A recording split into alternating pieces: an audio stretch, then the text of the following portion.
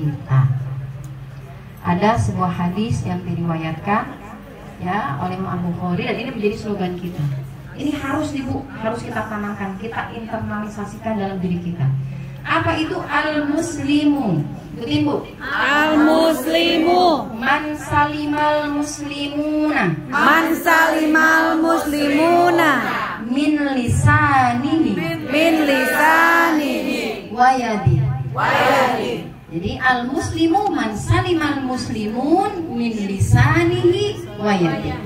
Kata Rasulullah, orang Islam itu Bu, dia disebut Islam karena umat Islam yang lainnya akan selalu merasa selamat, merasa aman, merasa nyaman ya dari lisannya dan juga perbuatannya. Maksudnya gini, saya ngaku muslim Bu, maka saya harus memastikan kalau saya ada di dunia ini, maka ibu ini akan merasa nyaman, merasa aman dan selamat dari gangguan saya, baik gangguan lidah maupun perbuatan. Itu baru orang muslim ya. Tapi kalau ada orang muslim, boro-boro ada orang yang baru disebut namanya aja bikin orang bergetar ketakutan. Gak usah jatuh aja ya Bu ya. Kenapa sih Bu? Ini lagi cakep ini bahasanya. Lu ada sini ya. Aduh, malas saya bisa tak tidur seminggu loh, saya ditakut. Nah itu kan hati tuh Islamnya ini perlu dipertanyakan. Kenapa sih? Bukan apa-apa, mukanya sih cantik, lidahnya apa? Nauzubillah dzalik ya Allah. Nauzubillah gitu ya. Mukanya aja muka lu, lidahnya setajam silet Bu. Dari Pak Wasis masuk lagi temennya. Nah itu berarti belum memenuhi indikator. Biar baca YouTube yang nonton. Ya, kayak gitu tuh Bu. Karena makanya dia belum baru sebut namanya udah, wow, udah ketakutan luar biasa. Ada nggak orang kayak gitu? Nggak ada di sini, nggak ada. BJ nggak ada aman. Ada di sini nggak orangnya? Nggak ada. Alhamdulillah. Ada. Kalau ada kan dinasehatin Bu, nggak apa-apa kan saudara. Ya, kan mau masuk surga barengan. Baitul Jannah, udah juga Baitul Jannah loh. Ya kan rumah surga, penghuninya insya Allah ahli. Ya, mau dari lisan, mau dari perbuatan. Gitu ya. Kalau lisannya sih nggak mau apa kok, ada tatapannya yang nggak kuat. Saya sih tahu, ya saya minjem kemarin tuh 100.000. Tapi bukan begitu juga kali kalau ketemu saya tatapan mukanya. Jadi baru juga ngeliat matanya udah kayak, ayo bayar. Orangnya sih nggak ngomong lagi sih, enggak. Tapi raut mukanya itu loh. Udah nggak, saya nggak disenyumin ya kan, senyuman sini. Misalnya, nah itu juga harus berhati-hati. Pokoknya gitu prinsipnya gitu ya Bu. Kita ini Muslim, orang Islam. Maka pastikan siapapun yang ada di sekitar kita, mereka terselamatkan dari kejahatan lisan dan juga tangan kita, perbuatan kita. Gitu ya. Jangan cuma tongkrongan di sini doang. Suami itu di sini, oh iya, baik nih sama teman-teman baca surat baik, senyum ya nggak?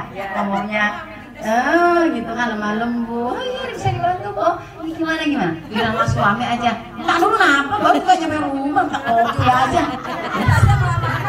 Sama aja.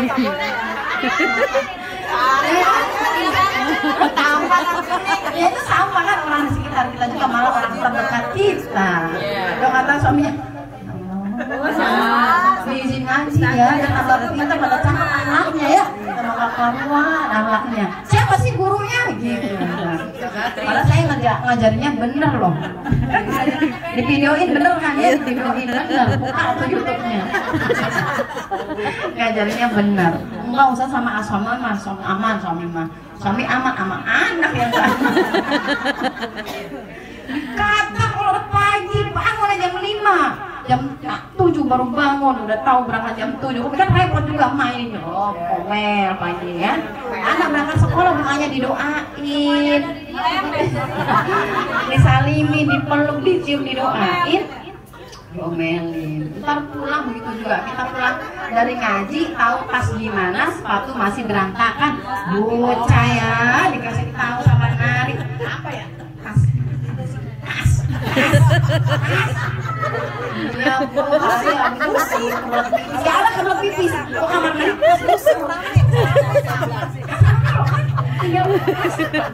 Gojlok Tipa, gojlok. Jadi bener dah. Ya kan? Sepatu juga. Iya benar. Jadi anak nggak benar soalnya disiplin. Soalnya kan musik tujuannya tuh biar benar. Itu benar. Kalau ibu nanya teknik parenting, bener salah ya salah.